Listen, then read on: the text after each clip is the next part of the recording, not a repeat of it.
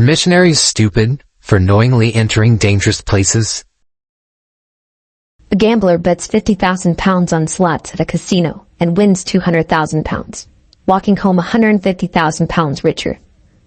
The individual took a risk and managed to gain substantially. A businessman invests £200,000 of his savings into a new company startup. The business turns out to be a success, and he now makes £600,000 more per year as a result of this new business venture. Would we equate these two men's actions as either equally reckless or equally financially savvy? A travel group comes upon a river infested with crocodiles. A well-constructed road is present to get them across without any need to fear the crocs. However, for the sake of adventure, they decide to ford the river and jeopardize their lives for the sensational feeling it brings. In another real-life instance, John Allen Chau, a 26-year-old American missionary, has spent years studying the Sentinelese culture, a tribe on a remote Indian island. Undergoing physical training, studying linguistics that could possibly be similar to the unknown and undescribed Sentinelese language, visiting other countries that were similarly hostile to the gospel, and speaking with others who had experience with prior unreached and unengaged people groups. He is following a calling on his life from the age of 18. John finally feels that it is his time, now that he has done his best to prepare himself to contact the Sentinelese. His first attempt resulted in 2 Sentinelese stringing arrows into their bows as they grabbed the tuna offering he dropped for them. A second visit to the same island shortly after resulted in a failed attempt to converse and an arrow from a boy's bow that struck the Bible in his hands. The third consecutive attempt led to his death.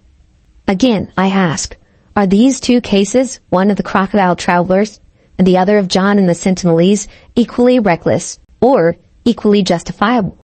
Danger in general is not something that we choose to step into or out of in life. I can use the following examples from my own experience. I worked in both Mongolia and China. One would assume Mongolia to be the safest given that China is anti-West and has very strict rules. However, in Mongolia, we experienced one of our children having a seizure due to a high fever and recurring hospitalization and medical treatment due to poor air quality and extremely cold temperatures. There was also a gas tanker truck explosion just outside our apartment building that left us fleeing our home due to flames and toxic fumes entering our place of residence. The point is that danger is a reality no matter where you are in the world.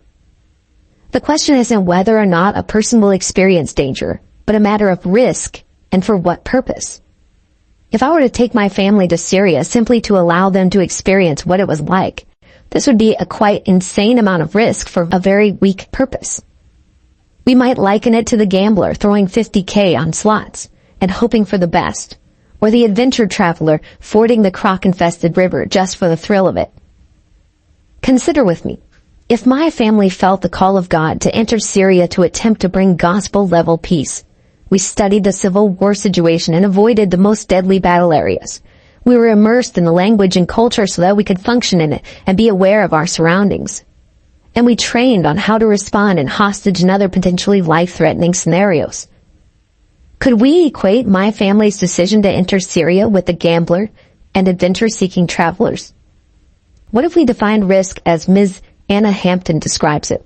A risk taken for the sake of carrying the gospel cross-culturally with a high probability of experiencing great loss.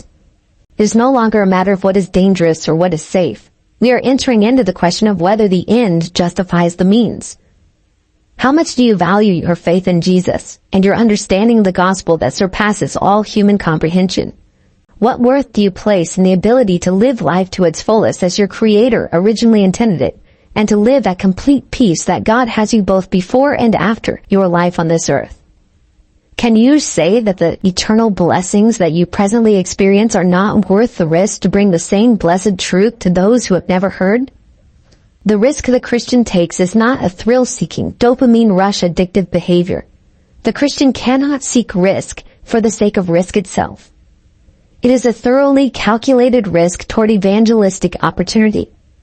Could you stay home in your Western culture and feel safe and secure? You could. But as discussed, this is only a feeling. There is no promise of safety and security anywhere, and suffering in life is guaranteed. Security is not a feeling. One can feel safe when he or she is actually not safe at all, and vice versa.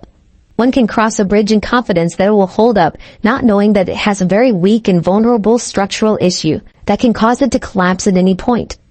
One can walk down a dark alley and jump at every noise and unexpected shadow when there's absolutely nothing threatening anywhere near him or her.